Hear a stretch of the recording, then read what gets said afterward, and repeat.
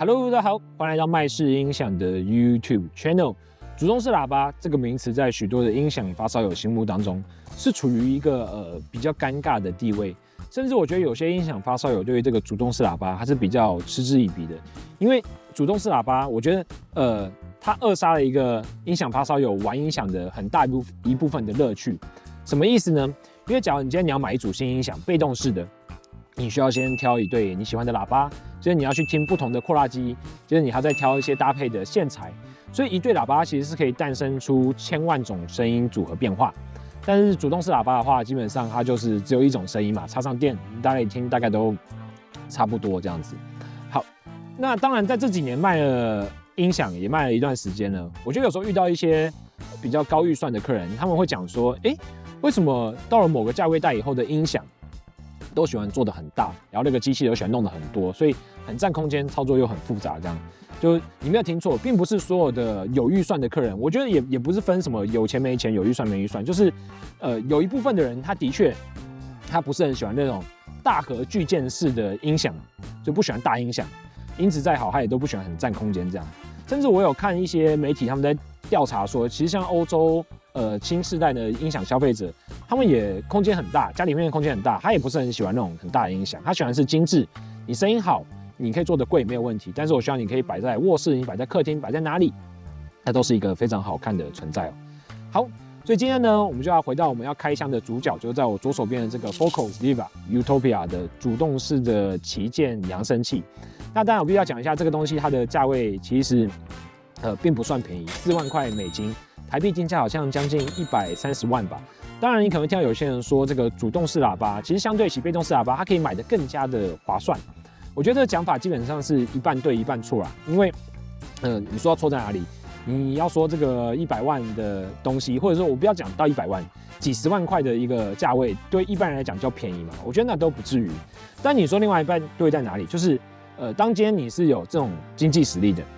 那你想买一套音响，你预算100万，好，你先去听被动式的音响，你走到店里面，我跟你讲，这个聆听的过程是非常危险的，因为你在听的时候，店员他会使出浑身解数，这个数十年的调音的功力跟搭配的建议，他会拿出他店里面任何好的产品给你听。所以你原本是听100万的音响，你可能听，他就给你听到200万，听到250万，听到300万，这个过程就像温水煮青蛙一样，就是当你听完之后，你再也回不去你当初设定的那个100万的目标了。可是贝贝，我回不去了。所以也许对你的太太来讲，这个主动式喇叭它可以帮你省钱，这个论点是没有错的。这样子。好，那回到这个法国 Focal 这个品牌，我觉得音响如果每个音响都有它代表的一个音色的话，那 Focal 对我来讲就是属于一个音色比较嘹亮，空间感塑造的比较好，但是它低音来讲比较柔软。那如果听摇滚乐的话是比较不适合，但如果听一些古典乐啊，听一些人声啊，是非常的好听。但是呢，我觉得另外一方面来讲，这款的Diva Utopia 会打破，首先它已经先打破我的一个对 Focal 的印象了，这样子。那如果它也可能会打破一个你对这种主动式音响的一个声音音质的一个感想这样子。好，那介绍这种产品，基本上先从它的外观开始讲起来。但是其实 Focal 这个产品，它都是他们系列的产品，我觉得都做的非常有设计感，包含它一路从这个Kanta、Sopra 高阶的 Utopia。那我们回应刚刚的话题，为什么说这个 Diva Utopia 它可以帮助你省钱呢？因为其实 Focal 这个最旗舰的 Utopia 系列啊，它书架喇叭起跳就是50万，那它的落地喇叭是150万吧，我记得。所以你这样搭配起来，搭配扩大机，其实你100万、200万，轻轻松松就会超过预算了这样子。那这个Diva Utopia 其实它就是把扩大机做在喇叭的本体里面。所以买它的话，基本上你不用再去做任何的一个你只要插上电源线，2条电源线，那甚至你在中间插上一条网路线去做连接，基本上就搞定了所有的一个事情。那你操控它呢，可以透过遥控器，你也可以透过你的手机送音乐给它，就是基本上100多万的价位的产品，它在这个价位带上面，你说它就是我觉得好像不用去讲说什么它支援什么 HDMI 接孔，它支援光纤接孔什么，因为基本上你这个价位该有的东西，它绝对都会是有的这样子。所以好了，那很多人说，那这个介绍到底要听什么这样子？我觉得重点分享一下我对它的听感，然后外观的介绍，然后最后还有一个他们家 APP 调音的一个流程的介绍，差不多就是这样。好，首先我们来看外观哦。正面你可以看到它非常标志性的这算是一个金属的站板嘛，然后在它上面就是它标志性的皮高音，接着到下方呢是一个6.5寸的中音单体。那接着呢，很多人说，这个大喇叭怎么看起来没有低音单体？其实在它的两侧呢有4颗这个6.5寸的低音单体，它的频率响应呢是30赫兹到4万赫兹。那我必须要跟大家提，就是有点好玩的事情，就是说它的低音呢量感非常的惊人，但是它低音组成呢其实是由4颗这个6.5寸的低音单体由这个阵列去发出的。以这种大型的喇叭来讲，6.5寸4颗的配置，好像听起来没有很威猛，但是当你实际听到的时候，那个感觉其实它的低音的低沉的程度是打破你的想象的这样子。好，那它整个外面的这个材质呢是有点像灰色的，这是有点像布面的工艺。那原厂有说，如果你想要其他颜色的话，你是可以去订购。那订购完之后，它的这个外壳是可以把它拨开的，拨开之后你就可以换上你新的一个颜色的外壳。那在它的后方呢，你就会看到它有一个非常巨大的散热的鳍片的设计。那 Focal 现在它跟一个扩大机的品牌叫做 NEM 已经合并了，他们是同一个集团底下，所以他们有讲说呢，这个Diva Utopia 它是采用了这个 NEM 的扩大机设计。一般你在看到的主动式的喇叭，可能讲说这个 B&O 啊，或者是一些这种主动式喇叭的品牌蒂瓦雷啊，它都会采用低类放大的设计。但是在 Focal 这款 Diva Utopia 身上，它是采用了他们说是采用 NEM 的一个精神，所以它的不管是中音、高音或低音的单体，都是经由这个 AB 类的扩大机组合去推动的。那我觉得实际上的声音也的确有一点AB 类扩大机的味道这样子。好，那接口部分我还是要讲一下，还有支援这个 HDMI ARC 的功能，然后还有支援这个光纤的输入、类比的输入，然后在背后你会看到还有2组网路线的接孔。它所有的接孔都在右喇叭身上啊。那很多人就好奇说，那你要做2组网路线接孔要干嘛？这样就是要特别提一下，就是说，它的左右喇叭是可以透过2种方式连接的，一种就是无线的配对，你就想成就是你今天2只喇叭各插电，它就可以播音乐这样子。那第二种呢，就是它可以再透过1条网路线彼此连接。那这时候你可能会问说，那这样的差异就多1条线差在哪里？其实差异在说，你听音乐的一个最高的音质的上限。假如你今天听的是24 bit 96千赫兹的一个取样率的音乐的话，那就是支援这个无线连接。但假如说你要从这个规格再往上突破的话，那你中间就要插一个网路线的这样子。所以以现在的一个苹果音乐，或者是说像 Tidal 这种高音质串流音乐的平台，或者说我们以后录音技术越来越进步的话，如果以音质比较好的做法，其实我建议中间也是要接1条网路线的这样子。好啦，所以外观的部分，我觉得其实我这个人真的蛮不会介绍外观的这样子，就这种东西，我觉得它就是要实际看一下嘛，然后很多角度的一个特写看起来会比较容易。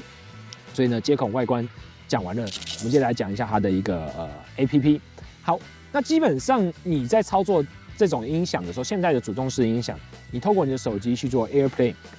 就你播音乐，如果你是播串流音乐，你基本上你的调音量啊、播音乐都是在你手机上搞定的。你并不会用到原厂的 APP， 那原厂 APP 你用得到的话，可能是像切换输入源。假如说你今天AirPlay 听完了 ，Spotify 听完了，你要切换到电视，那你可以透过这个原厂的 APP 去做设定。但是呢，我觉得这种原厂的 App 设定还有一个非常重要，就是所谓调音的功能，叫数位调音的功能。一个好的音响，尤其到这种100来万、200万、300万的，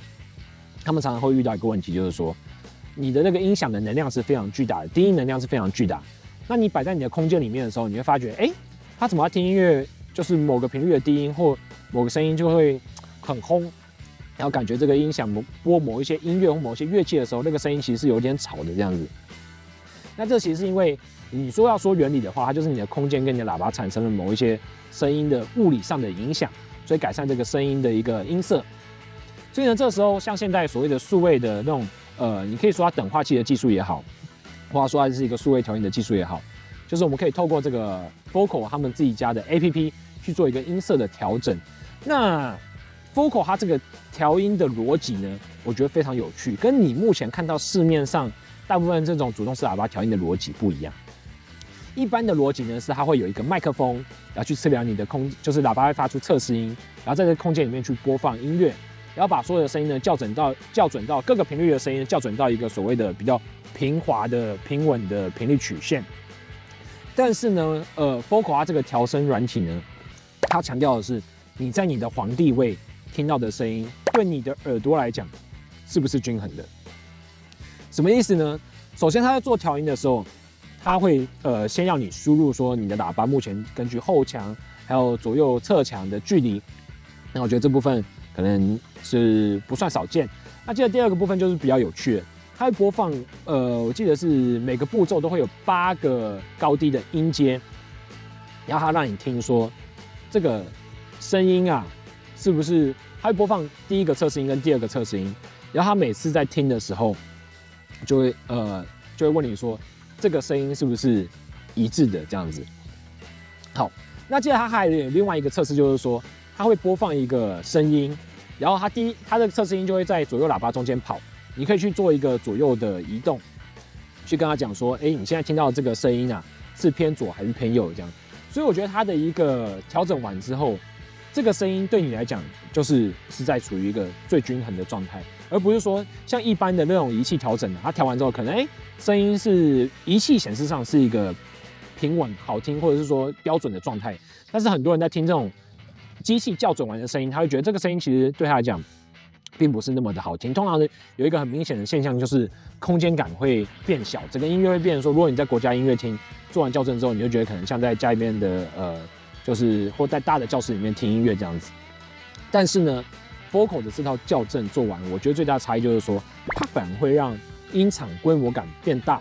然后它还有一个选项是在于说，你做完校正之后，其实你可以控制你校正的比例。假如说你要校正是采用10%、20%、50%，然后它的这个 APP 设计是可以让你做 AP test， 你可以关掉，然后再开，马上的及时的去做比较。那我自己做完的感觉是，第一个规模感变大之外，你的一个低音的轰鸣的现象也会减少。那这个事情在高价位的落地喇叭身上，我觉得是非常重要的一个功能哦。所以呢，总结来讲，我觉得Focal Diva Utopia 它你说当然追根究底，这个120万它不是一个小钱哦，但是我觉得买这种东西，就是有这种预算的客人呢，有时候他们的想法是这样子，就是如果今天我喜欢，然后这个东西的外形我喜欢，声音我喜欢，那其实价位我是不用去考虑的。我觉得就很像很多人他买法拉利，如果是我的话，我就觉得说，你有那个1、2千万买法拉利，你可以买一台，就是你可以把钱拆成一部分啊，一部分去买保时捷啊，另外一部分再买宾士啊，那这样子你不就可以享受很多不同种车款了吗？这样，但是对这些有钱人来讲，其实他早就已经都体验过了，这样他要的就只是一个用钱能买到的东西，对他来讲都是开心，都是划算的这样子。所以呢，你要说假如说买这种主动式喇叭的人很盘吗？上好美盘，我觉得不是，相对来讲，他们才是一个，有时候他们反而才是在听音乐的本质，或者是说他们才是真正的在听音乐。这样，就是我买器材，我并不管说它的一个什么规格啊，就是我外形很喜欢，声音我喜欢，我就买了这样子。好啦，那这是关于这个 Focal 的 Diva Utopia 的一个介绍，就到这边。我觉得，如果有兴趣的话，这种产品大家是一定要到门市来实际体验看看的。我是 Alan，这次介绍这边，那我们就下次见喽，拜拜。